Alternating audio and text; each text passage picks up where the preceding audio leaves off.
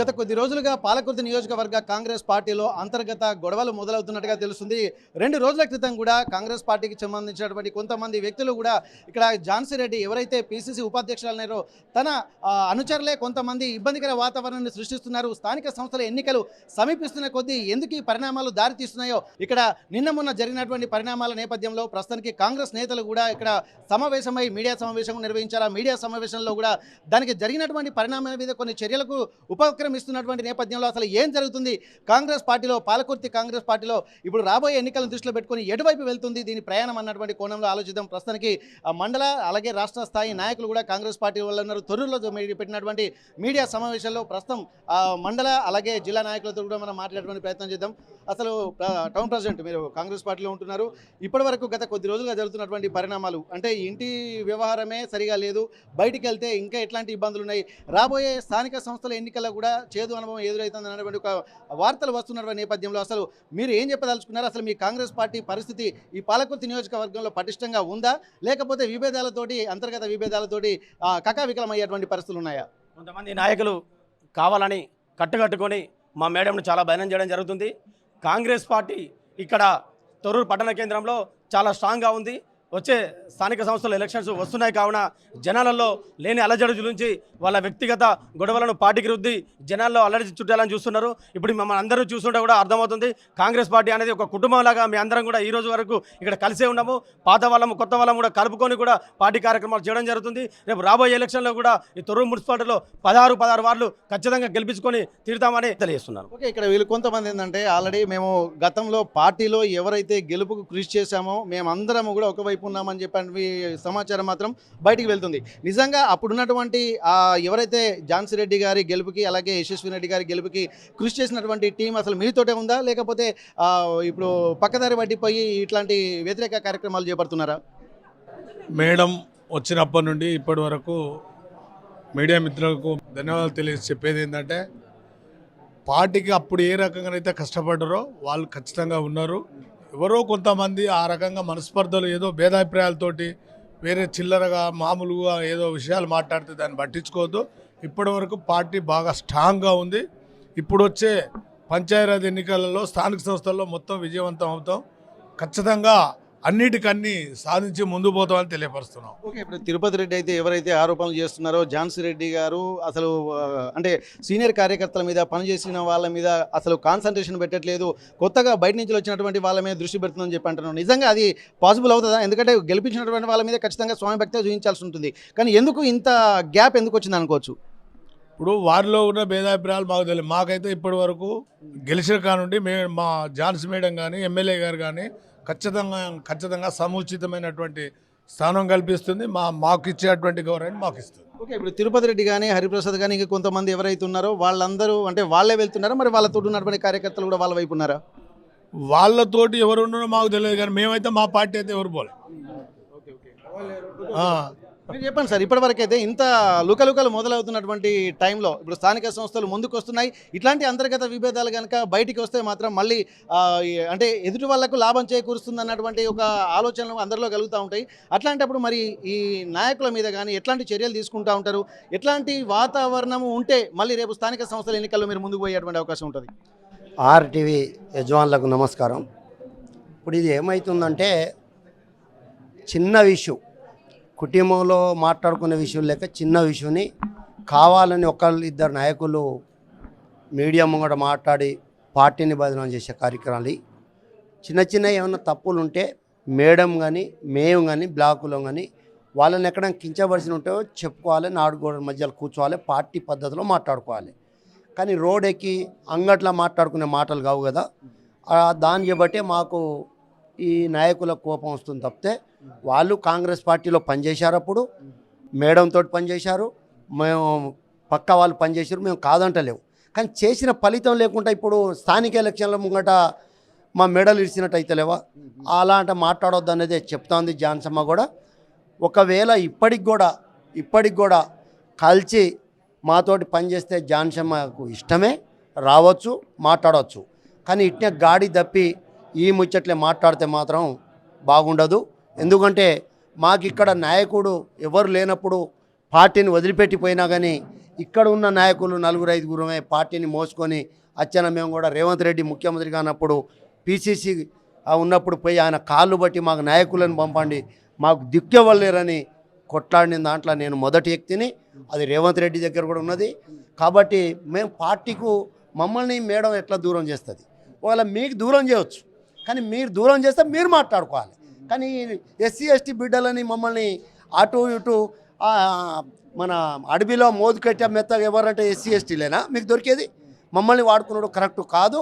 ఇంకొకసారి ఆ పదాలు వాడితే మాత్రం ఖబర్దాన్ అని చెప్తున్నాం. ఓకే, మీరు ఇప్పుడు ఒక మాట అన్నారు, ఎందుకంటే ఇప్పుడు అయినా కలిసి వస్తే మేము కలిసి పనిచేయడానికి సిద్ధంగా అని చెప్పి మీరు అంటున్నారు. కానీ ఇప్పుడు జరుగుతున్నటువంటి పరిణామాలు చూస్తుంటే ఏంటంటే ఝాన్సీ రెడ్డి గారి సొంత ఊళ్ళోనే కుర్చీలు విరగొట్టి టెంట్లు విరగొట్టి ఇంతటి ఒక ఉత్పాతాన్ని సృష్టించేటువంటి ప్రయత్నాలు జరిగినాయి. ఇది చాలా స్ట్రాంగ్ మెసేజ్ వెళ్తుంది, ఎందుకంటే సొంత ఊళ్ళోనే తనకు ఉనికి లేదన్నటువంటి ఒక మెసేజ్ మాత్రం బయటికి వెళ్ళింది.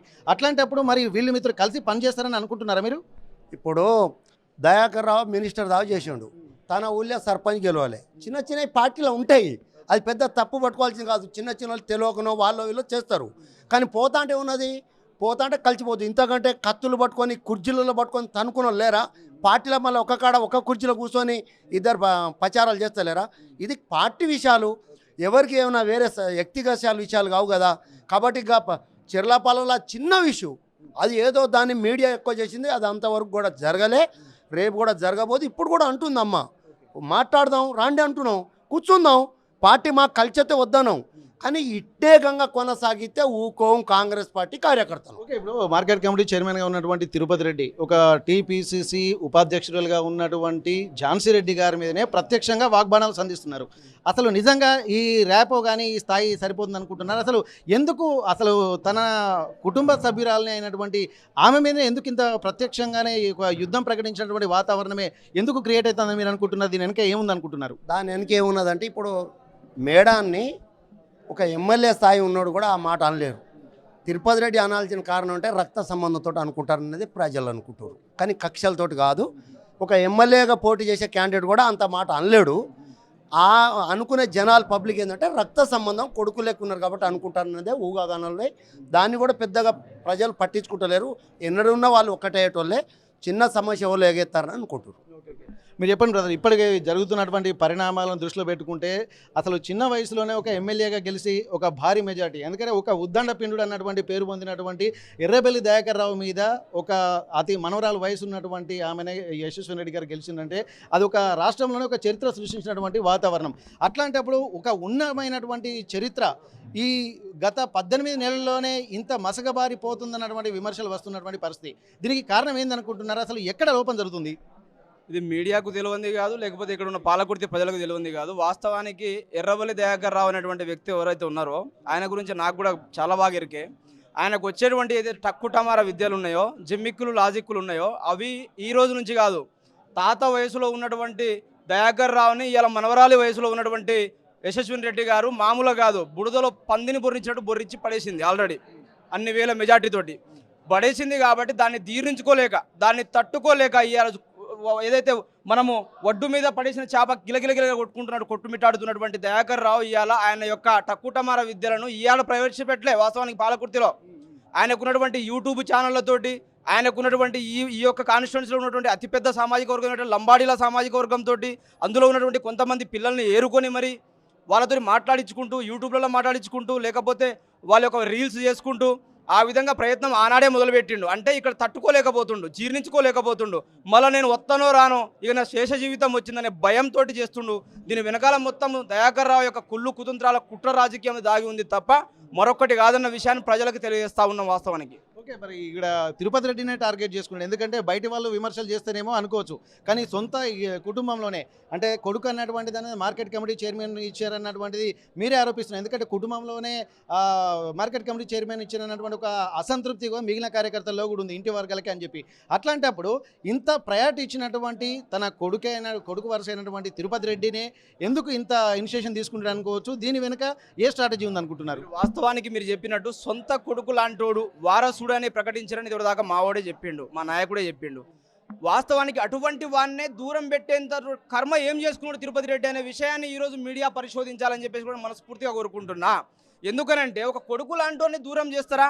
రాజకీయాలలో వాస్తవానికి నేను చెప్తా ఉన్నా, నాకు కూడా అనుభవం ఉంది. ఉస్మానియా యూనివర్సిటీలో నేను తెలంగాణ ఉద్యమం చేసిన ఒక వ్యక్తిగా వాస్తవానికి రాజకీయాల్లో హత్యలు ఉండవు, ఆత్మహత్యలే ఉంటాయి. మిమ్మల్ని మీరు ఆత్మహత్య చేసుకుంటారు, మిమ్మల్ని దూరం చేసిందని మీరే అనుకుంటున్నారు. మీరే ఒక కోటరీ నిర్మించుకుంటారు, మీరే ఒక టీం 27 మందితో గొప్పలు చెప్తా ఉన్నారు. మీరే నిర్మించుకుంటారు, మీరే పోతున్నారు, మీరే ఇష్టానుసారంగా మాట్లాడుతున్నారు. ఈ రోజు వరకు కూడా ఝాన్సీ రెడ్డి గారు మిమ్మల్ని ఉద్దేశించి ఒక్క పదం కూడా మీకు వ్యతిరేకంగా అగెనిస్ట్గా మాట్లాడిందా అన్న విషయాన్ని తిరుపతి రెడ్డి గుర్తుపెట్టుకోవాలని చెప్పేసి కూడా మనం చేస్తూ ఉన్నా. అదేవిధంగా మీరు నిజంగా కొడుకే, మీరు మాట్లాడుకోవాలి. మీరు పార్టీలోనే ఉన్నారు, దానికి ఒక లైన్ ఉంటుంది, దానికి కొన్ని కట్టుబాట్లు ఉంటాయి. దానికి మన గౌడ్ గారి దగ్గరికి, మన పిసిసి అధ్యక్షుడి దగ్గరికి, లేకపోతే రేవంత్ రెడ్డి గారి దగ్గరికి, లేకపోతే ఇంకా టీపీసీసీ ఉపాధ్యక్షుడు ఉంది వాళ్ళ దగ్గరికి వెళ్ళి మాట్లాడాల్సింది. అటువంటిది చేయకుండా మీరు పార్టీని నష్టపరిచేటట్టు, పార్టీ నాయకత్వాన్ని నష్టపరిచేటట్టు, పార్టీ వేరు మన యొక్క ఝాన్సీ రెడ్డి గారు వేరని చూస్తూ ఉన్నారు. మీరు ఝాన్సీ రెడ్డి గారు వాళ్ళ ఇంట్లో ఉన్నప్పుడు అమెరికాలో చెర్లపాలెంలో మాత్రమే వేరు, కానీ ఈరోజు క్యాంప్ ఆఫీస్లో అక్కడ ఉన్నప్పుడు నివాసంలో సముదాయంలో ఉన్నప్పుడు కావచ్చు, లేకపోతే ఇక్కడ ఉన్నచ్చు కావచ్చు, లేకపోతే ప్రజల్లో తిరిగినప్పుడు కాంగ్రెస్ పార్టీ ఝాన్సీ రెడ్డి వేరు కాదు, ఇద్దరు ఒకటే. కాబట్టి మీరు కాంగ్రెస్ పార్టీకి అంటే ఝాన్సీ రెడ్డికి అంటే కాంగ్రెస్ పార్టీకే నష్టం చేకూర్చే విధంగా ఇవాళ స్థానికల ఎన్నికల ముందే ఎందుకు వచ్చారు? మీరు 3-4 నెలలు అయింది కదా, మీకు మీ సమన్వయ లోపం చెడిపోయి మీరు ఏదో తోటలో కూర్చొని మీరు యొక్క ఇన్ఫ్లుయెన్స్ ఆఫ్ ఆల్కహాల్లో మాట్లాడినటువంటి మాటలు అయిపోయింది కదా టైము. మరి ఇవాళ ఎందుకు వచ్చారు? దీని వెనకాల ఎవరు ఉన్నారు? మీ వెనకాల రాజమౌళి ఎవరు? ఆ దయాకర్ రావు కాదా? మిమ్మల్ని ఆడిస్తున్నటువంటి స్థానిక ఎన్నికల ముందు ఎందుకు వచ్చారు? అది ప్రజలు గమనించాలని చెప్పేసి ప్రజలందరికీ మనం చేస్తూ ఉన్నాం. ఇప్పుడు మీరు చెప్తున్న ఒక మాట, ఇప్పుడు తను ఏంటంటే ఇప్పటి వరకు ఒక అధిష్టానానికి ఫిర్యాదు చేసింది లేదు, ఉన్నతమైనటువంటి నాయకులతోటి కలిసి మాట్లాడింది లేదు కాంగ్రెస్ పార్టీలో. మరి ఎవరితోటి మాట్లాడకుండా ఇప్పుడు ఉన్నటువంటి వాళ్ళు కొంతమందిని అంటే ఎవరైతే మీరు వ్యతిరేకంగా మాట్లాడుతున్నారో వాళ్ళనే ఎందుకు ఈ టీం అందరిని ఎట్లా పరిగణిస్తున్నారు? మీరు వీళ్ళను ఎట్లా చూస్తున్నారు? మా ప్రియమైనటువంటి అన్నగా మీరే చెప్తున్నారు, దాంట్లోనే చాలా ఆన్సర్ దాగుంది. వాస్తవానికి ఎవరైతే ఈ యొక్క హై లెవెల్లో ఉన్నటువంటి అధిష్టానం వైపు ఉన్నటువంటి నాయకులను సంప్రదించుకుంటా, ఝాన్సీ రెడ్డి గారు తప్పు చేయొచ్చండి, ఎవరైనా తప్పు చేస్తారు. మానవ జీవితంలో సహజంగా జరిగేటి తప్పులు జరుగుతాయి, కంప్యూటర్లకే తప్పులు జరుగుతున్నాయి, బగ్స్ వస్తూ ఉన్నాయి, ఎర్రర్స్ వస్తూ ఉన్నాయి, మనిషికి కూడా జరుగుతుండొచ్చు. జరిగిందేమో నాకైతే తెలియదు, కానీ జరిగిందేమో నువ్వు భావిస్తున్నావు. నువ్వు నిజానికి ఏదైనా అధిష్టానంలో ఉన్న ఒక నాయకుని కలిసినవా, ఫిర్యాదు చేసినవా, నువ్వు అక్కడ పోయి విన్నవించుకున్నావా? ఆ పని చేయకుండా నువ్వేం చేస్తున్నావు? కోటరీ నిర్మిస్తున్నావు, నీ యొక్క టీంని నిర్మిస్తున్నావు. ఈ విధంగా మీరు మీడియా ముఖంగా మాట్లాడి ఝాన్సీ రెడ్డి గారి మీద బట్టగాల్చి మీద వేసే ప్రయత్నం, బురద జల్లే ప్రయత్నం, ఆమె వ్యక్తిత్వానికి మసిబూసే ప్రయత్నము, మీరు ఎన్ని చేసినా కూడా వజ్రం లాగానే ఉంటుంది. ఝాన్సీ రెడ్డిని 1000 జన్మలెత్తి లేదా మీ తలకాయ కిందికి కాళ్ళు పైకి తపస్సులు చేసినా కూడా మీరు అడవిలోకి వెళ్ళండి, లేకపోతే మా యొక్క చెరువు చౌరస్తలో చేయండి, మీరు చేసినా కూడా ఝాన్సీ రెడ్డి గారి వ్యక్తిత్వాన్ని, ఆమె నాయకత్వాన్ని, ఇక్కడ ప్రజలు ఆమె అభిమానిస్తున్న తీరును కొంచెం కూడా కదిలించలేదని చెప్పేసి మనం చేస్తా ఉన్నాం. ఓకే, ఇప్పుడు ఝాన్సీ రెడ్డి గారు ఒక్క నిమిషం, ఇప్పుడు ఏంటంటే ఇప్పుడు ఝాన్సీ రెడ్డి గారు ఏంటంటే గెలుపుకు కృషి చేసినటువంటి వాళ్ళందరినీ విస్మరించి కొత్తగా పార్టీలు వచ్చినటువంటి వాళ్ళకే హెల్ప్ చేయడం వల్లనే మేము వెళ్ళిపోతున్నాం అన్నది వాళ్ళ వాదన అనేది సుస్పష్టంగా వాళ్ళు చెప్తున్నారు. అట్లాంటప్పుడు నిజంగా తన వ్యక్తిగత ప్రయోజనాలు దృష్టిలో పెట్టుకొని ఝాన్సీ రెడ్డి గారు పనిచేస్తున్నారా, లేకపోతే పార్టీ కార్యకలాపాలను దృష్టిలో పెట్టుకొని పనిచేస్తున్నారా, లేకపోతే అధికార ద్రోహంతో పనిచేస్తున్నారా అన్నది ఇక్కడ ప్రశ్న. ఇట్లాంటప్పుడు మీరు ఎట్లా చూస్తారు దీన్ని? అద్భుతమైనటువంటి ప్రశ్న చేసిర్రు మీరు, చాలా మంచిగా ఉంది. దీని ద్వారా ప్రజలకు తెలియజేయాలని కోరుకుంటున్నా. వాస్తవానికి కొత్తలను విస్మరిస్తుర్రా, అందరం విస్మరించేసి ఆమెనే వాస్తవానికి అధికార దోహం కోసం పనిచేస్తుందా అని చెప్పారు. వాస్తవం కరెక్ట్, మంచి ప్రశ్న. నేనేమంటా అంటే కొత్తోళ్లను విస్మరిస్తుంది అని ఆయన అంటలేడు, పాతోళ్లను విస్మరిస్తుంది, కొత్తోళ్లను సమన్వయం చేసుకోమంటాడు తిరుపతి రెడ్డి. అయితే గమ్మత్ ఏంటంటే ఆ పాతోళ్ళు ఒకటేమో పెద్దవంగరకు సంబంధించిన నాయకుడు, ఇంకొక ఆయన వచ్చేసి దేవరపులకు సంబంధించినటువంటి నాయకుడు. ఈ పాతోళ్ళలో ఒకరేమో సస్పెండ్ అయ్యారు, ఒకరేమో ఆల్రెడీ 70 సంవత్సరాలు ఉండి వయసులో నాకు చేత కాదని చెప్పేసి, ఆయన నిజాయితీపరుడే కావచ్చు, నేను కాదంటలేను, నాకు చేత కాదు నేను చేయలేనని చెప్పేసి దూరం ఉంటూ పార్టీని గెలిపించుకోలేని పరిస్థితిలో వెళ్ళిపోయిండు. వాళ్ళిద్దరు పాతోళ్ళు, సంతోషం. మిగతా వాళ్ళను మీరు సమన్వయం చేసుకోవాలంటారు కదా, జర్ర వాళ్ళ టీంలో నెంబర్ పేరు చెప్తావా? నాకు తిరుపతి రెడ్డిని ప్రశ్నిస్తున్నా ఈ మీడియా ముఖంగా, జర్ర వాళ్ళ పేర్లు చెప్తారా? ఆ కొత్తోళ్ళని కూడా సమన్వయపరచుకోవాలని చెప్పేసి, వాళ్ళని ఎట్లా సమన్వయపరచుకోవాలి? ఆ కొత్తోళ్ళు ఎవరు అంటే వాళ్ళని కూడా పాతోళ్ళలాగా కన్సిడర్ చేస్తుండే ఈయనే. అంటే ఈయనకు ఎవరైతే అనుకూలంగా ఉండి ఈయన పాట పాడేటోళ్ళు, ఈయనకు జోకేటోళ్ళు, ఈయనకు భజన కొట్టేటోళ్ళు, లేకపోతే వీళ్ళందరూ కలిసి ఏదన్నా చేసుకుందామంటే చేయనిచ్చేటట్టు ఉండేటోళ్ళు మాత్రమే కావాలని కోరుకుంటుండు. కాబట్టి ఆ టీంని దూరం పెడుతుందని ఈయన అనుకుంటుండు. ఆ టీంని కూడా పెద్దమ్మ దూరం పెట్టదు. అటువంటి మనస్సు భావజాలం పెద్దమ్మకు లేదు. అటువంటి మనస్సు భావజాలమే ఉంటే ఇప్పటికి కూడా వాళ్ళ మీద ఒక్క మాట కూడా మాట్లాడలేదు. ఇప్పటికైనా వాళ్ళు వస్తే ఇది మేమందరం చేస్తున్నది హెచ్చరిక మాత్రమే, కొత్తోళ్ళకైనా పాతోళ్ళకైనా. వాస్తవానికి అంటే పార్టీ నష్టపోతుంది కాబట్టి మేము మాట్లాడుతున్నాం, నాయకత్వం నష్టపోతుంది కాబట్టి మాట్లాడుతున్నాం. వాళ్ళు ఇప్పటికైనా వస్తే మేడం మాట్లాడడానికి సిద్ధంగా ఉంది. వాళ్ళని కలుపుకొని వెళ్ళడానికి సిద్ధంగా ఉంది. వాళ్ళతోటి పనులు చేయించుకోవడానికి అన్ని రకాలు కూడా సిద్ధపడే ఉన్నది. వాళ్ళు సామరస్యంగా ఇంట్లో కూర్చొని మాట్లాడుకున్న మాటలు బయట మాట్లాడుతున్నారు, బజారుకి ఈడుస్తున్నారు. మీరు మొడ్డికి రాసుకుంటే మేము ఒంటికి రాసుకుంటామన్న విషయాన్ని కూడా మర్చిపోయి ప్రవర్తించొద్దు చెప్పేసి ఇకనైనా మీరు దారికి రావాలని చెప్పేసి మేము మనవి చేస్తా ఉన్నాం. మీరు పార్టీ నుండి ఒక మండల స్థాయి కార్యకర్తలన లేకపోతే నాయకులన ఒక 7గురిని పార్టీ నుండి బహిష్కరిస్తున్నట్టు ప్రెస్ మీట్లో ఇప్పుడు చెప్పారు.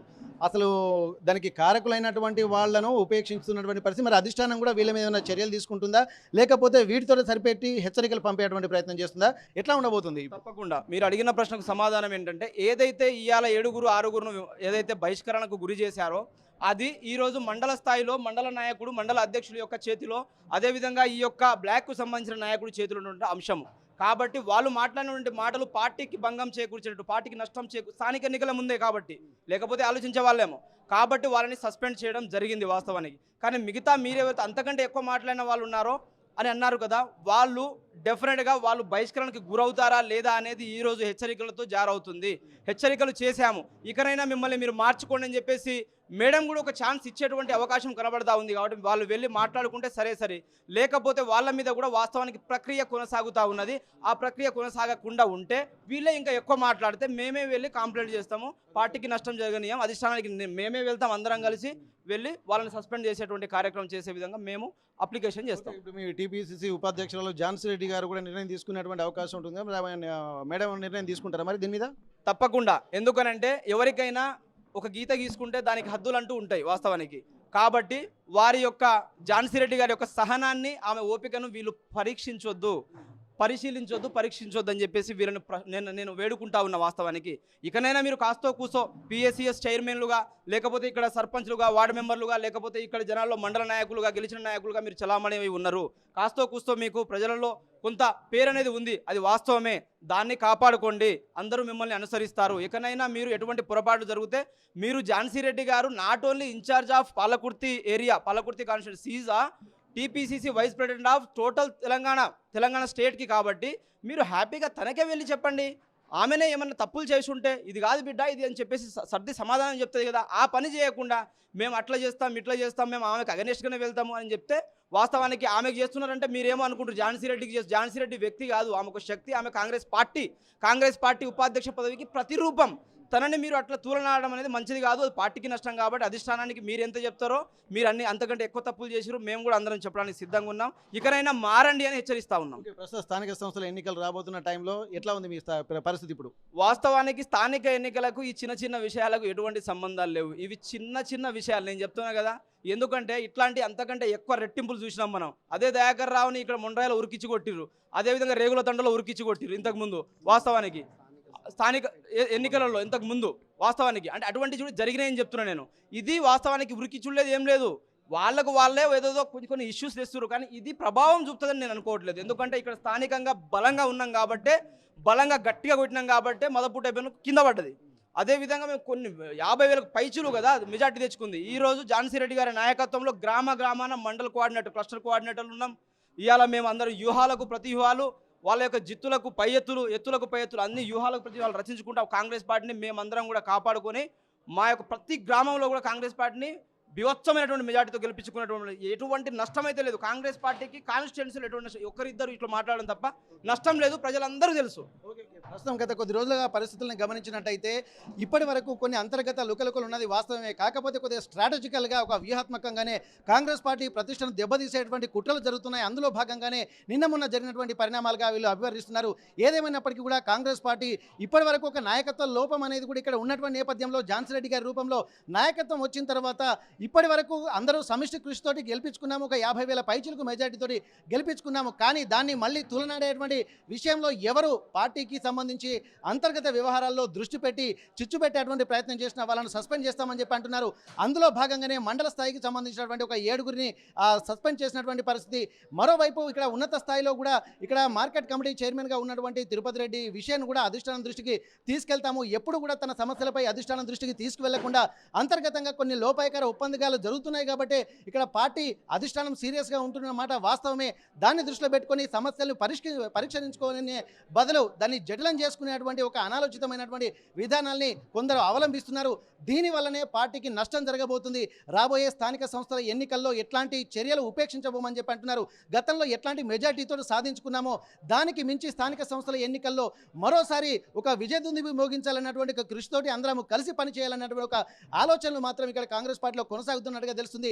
ఇప్పటికైనా ప్రతి ఒక్కరు చేసిన తప్పులు ప్రతి ఒక్కరు చేస్తూ ఉంటారు, కానీ దాన్ని మరోసారి పునరావృతం కాకుండా స్థానిక సంస్థల్లో అందరూ కలిసి పనిచేసుకునే విధంగా సమిష్టి కృషితో ముందుకు వెళ్దామన్నటువంటి ఒక సూచనలు మాత్రం ఇక్కడ తొర్రూరు మండల కేంద్రంగా కూడా జరుగుతున్నటువంటి పరిస్థితి.